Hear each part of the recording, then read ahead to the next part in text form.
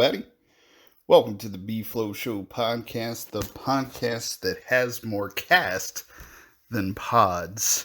It's been a while since I caught up with everyone, so I want to just take a minute today to let you guys in on what's going on with the show and with life. First off, I want to say thank each and every one of you for the incredible response to the show so far. Special thanks to the amazing people that I had the privilege of speaking with over the past few months. Nate Allen, a.k.a. Good Saint Nathaniel, a.k.a. Destroy Nate Allen. Amelia, Chris Moore, Rubit Screws, Brian Holiday, J.O. and Satch. Make sure you check out the artist content and follow them all on respective social media sites. Thank you also to everyone that donated to the show during my birthday donation drive. Very special thanks to Rebecca, Caleb, Bobby, and anyone else I may be forgetting there. And last but not least, thank you for listening, liking, subscribing, and spreading the word about the podcast that no one asked for. Hopefully, you all are enjoying it. I see the response, so I don't think that there are any qualms. I do appreciate it. And with that said, just want to take a second to ask everyone that's listening, be sure to subscribe to the YouTube channel. It is my goal and vision to become a YouTube partner by the end of the year, but I need everyone's support to get there. I have more views than subs, but unfortunately the requirements for YouTube are 1,000 subscribers and 4,000 public watch hours. I know I sound a bit like a broken record, and I know it takes a ton of effort for everybody to open the YouTube app and press a button. But help old Bflow out just one more time so I can get famous and take you all out so we can go yell at some dolphins. So, with that said, I get a lot of questions. What exactly is the Bfloshow podcast? Well, essentially the Bfloshow podcast is my creative outlet. It's my therapy session, it's my social involvement, it's my platform, it's my soapbox. It's a blank canvas, but it's summarized with just a few words. And these words are humor. I want to make you laugh. I want to make your sides split with an assortment of words and phrases. But at the very least, I want you to have a slight smirk on your face by the time the episode ends. Another word, topical. Online reviews in Star Wars is an example of my topical episodes. I want to bring light to certain subject matter, provide social commentary through the lens of my worldview. Community. I want to build a community of like-minded people. Sort of cultish. I know it sounds cultish, but not in the let's all drink Kool-Aid and die type of way. More of the creative, let's bounce ideas off each other and change the world for the better type of way. Where are the disenfranchised, the outsiders, the people who don't fit in a certain mold? Where are the insiders that fit the mold but are dying to break it? Be a part of the community and let's continue to shape a better reality. Interview. I want to speak to people that have already been down the road I'm trying to travel. I want to speak to people that have something to say, something to bring to the table for young artists, people who were kicked out of their TED Talks for being a little too radical with their ideas. I want to speak with artists, dreamers, creative, famous or not. I want to talk to you about your experiences, your hopes and dreams, broken or thriving. I want this to be a local artist showcase. Local artists, this is your platform as well. I want my sphere of influence to know you and know your art. Tell us what you're trying to say or stay quiet and let your art speak for itself. I want to showcase your talents and the abilities to a growing audience. The Bfloshow podcast is what I want to do. It is a passion. It isn't a 9-to-5 job.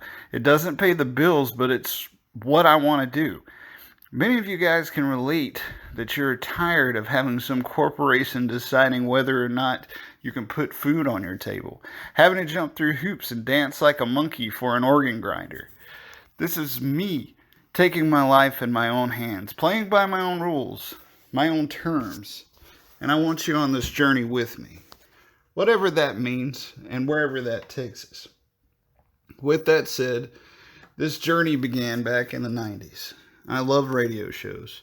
John Boy and Billy were on every morning, had tons of skits, colorful characters on their show, grown men being silly as fuck on the radio, and it always made me laugh and appealed to me. Then there was a lesser known show called The Don and Mike Show that I also listened to faithfully. I actually skipped the Opie and Anthony craze. The Howard Stern was kind of outside my area. But all of these influences led me to record some shows on a cassette tape karaoke machine with my cousin Drew. Although neither of us are particularly proud of the content within these first sessions of the B&D Super Show, which mainly consists of us laughing like hyenas at our own stupid jokes, it was our 10-year-old selves having fun to an audience that didn't even exist. We did it because it was fun and because we liked it. We did it because we had an imagination and liked to pretend to curse by bleeping out our cuss words with our mouths. We grew up a bit, and Drew got some better tech and equipment, and just messing around, we decided to try some more seasons of the B&D Super Show. We would talk for a couple of hours to no one. We would bring in our friends as guests to talk to no one. By season 3, we were talking to a few someones and had live musical performances on the show. We had a dear friend pass away in a car accident that was a big supporter and frequent guest and contributor of content on the show. We went a few more seasons, then we lost another. We started to wonder if the show itself was cursed. But before I go forward, I have to segue into mentioning one of my inspirations and one of my heroes. I grew up in a small town. There was never much opportunity for me there aside from the business that my family was in and many retired from. I worked in the industry for a couple years, but quickly decided that it wasn't for me and I wanted to try to take a different path with my life. I was a classic nerd. I loved comic books, I loved video games, Pogs, and Pokemon. I even created my own comics and wrote stories with the help of another cousin, Thomas. One Christmas, I didn't ask my parents for anything besides a word processor. For those of you who are listening and don't know what the hell that is, it's basically Microsoft Word before every household had access to the computer program.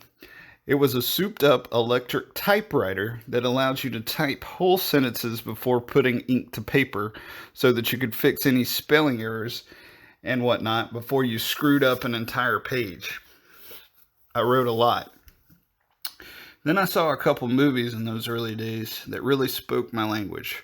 Mallrats and Clerks, directed by Kevin Smith. He also performed the role of Silent Bob in the movies.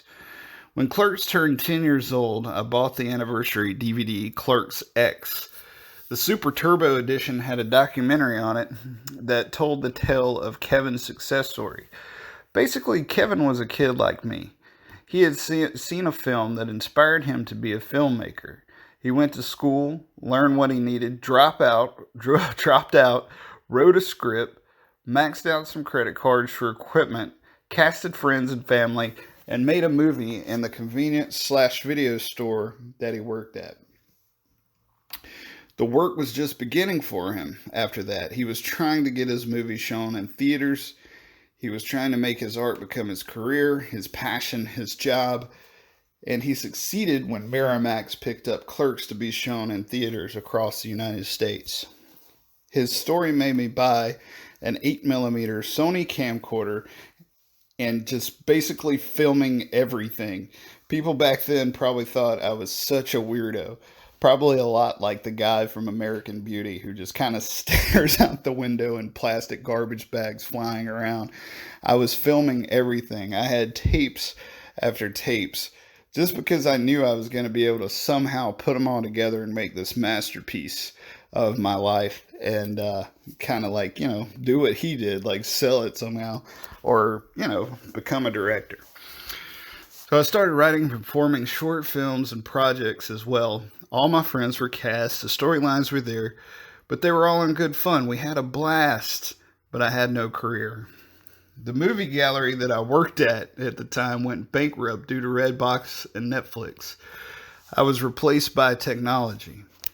I got through college acquiring student loan debt like everyone chasing the American dream. I graduated with a degree in something that I ended up not wanting to do, casting my minor aside that I did want to do. I worked for 3 years at Best Buy only to be fired for a seemingly made up store policy at the time that said I couldn't use the employee purchase for a coworker's sister. I only did it once, and I didn't even benefit from it. I didn't make any money. I didn't get the product that she got. It's just a simple mistake that I was fired for. I worked for 5 years at a job and they ended up waylaying me out of my position. Very backhanded and without warning after being one of their top performers. The Bfloshow podcast is mine. It's my life. I am the author, founder, and CEO, and no one can take it away. It is that 19-year-old kid with a camcorder and imagination. In 2019, I started having dreams about Kevin Smith. Super weird, I know. And yeah, I know how it sounds. But I had never dreamed about him before. But in 2009, I started having dreams about him. And I met him in the dream, and I was giving him a script and asking him to direct it. He told me that he had worked with addicts before, meaning Jason Mewes, his sidekick Jay, who was actually a heroin addict. He's not anymore. He got clean, and they actually do a podcast called Jay and Silent Bob Get Old, and that's kind of his help, kind of an AA session, if you will, for him to help him keep clean. But he was an addict. But in the dream, I was giving him a script and asking him to direct it. He told me that he'd worked with addicts before, and he couldn't help me until I got sober. That was one of many reasons that I worked on not drinking anymore. I've been sober now for about a year. I'm in a good place. I stopped drinking in March, and in July, Kevin Smith was doing an online video chat for a app / website called See Alive. It's an app where you and friends can watch movies with each other as well as famous people. You can get called to the stage, and you were able to chat with Kevin about the movie we were watching, or any topic. It didn't really matter. So I spent $5 to watch the movie with him and about 40 other people. I got called to the stage and was for the first time able to talk face to face with someone who inspired me so much. And I told him how much I appreciated him, how much the documentary from Clerks inspired me to be creative. And I asked if he would ever consider doing a script that anyone else had written. And it was a hard no. But he enjoys the writing process too much. That's his thing. He writes more so than directs. So I asked him some tips on doing some podcasts because he has several podcasts. And he jokingly said that already you should have already have made a couple of successful movies. But then he gave me real advice. He said, do what you love and your audience will find you. He said to create, and there are so many tools that he wishes he had a few years ago. You can make a whole movie on your phone and edit it. And but basically, do what you love and your audience will come to you. And thanked him again and bowed out of the conversation. Super excited, really pumped to have talked to him. And just a couple of days ago, I got a chance to be in the room. It was February 21st. Got to be in the same room with him at Macon, Georgia. He was doing the Jay and Silent Bob Reboot Roadshow, basically previewing the movie. We watched the movie, and then he did Q&A at the end. And during the Q&A, he said something very meaningful, that what he's trying to do now is trying to honor the kid that got him where he is now. And that's powerful words. What would my 19-year-old self say to me if he knew where I am today? I'm not acting. I'm not making movies. I'm not writing. I'm not directing. I don't have my own syndicated radio show. No, bro, no. 19-year-old me, I don't. But guess what? I do have the Bfloshow podcast. I do have that. It's the only thing I have, and it means something. So, ladies and gentlemen, will you take a ride with me? I want to lead and inspire like Kevin Smith. I want to make you laugh, possibly cry, but mainly happy tears, and not at how awful my content is. I want to hear from you, and I want to build community. If nothing else, for yourself, if you are listening to this podcast all the way through, what is your dream? Why aren't you making it to be a reality? What changes can you make?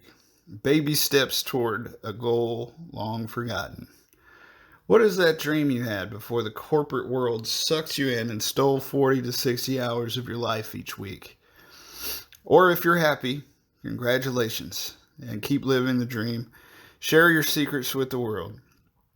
Thanks for listening to my TED Talk. This is your old pal Bflow. Thank you so much, everybody. I love everybody out there, and if I can talk to you and anything, I would gladly do so. I appreciate it. Make sure you like the Facebook group, or join the group, rather. All of my podcasts are available on all platforms that I can possibly think of, trying to get it out even further. Podcast is on Spotify, Google Podcasts, YouTube, Apple Podcasts, all of it. Make sure you like, share. Don't forget to subscribe on YouTube. Every like, every share, every mention, it's noticed, and I appreciate it. From the bottom of my heart, guys, I do appreciate each and every one of you. Till next time, this is Bflow. Thank you.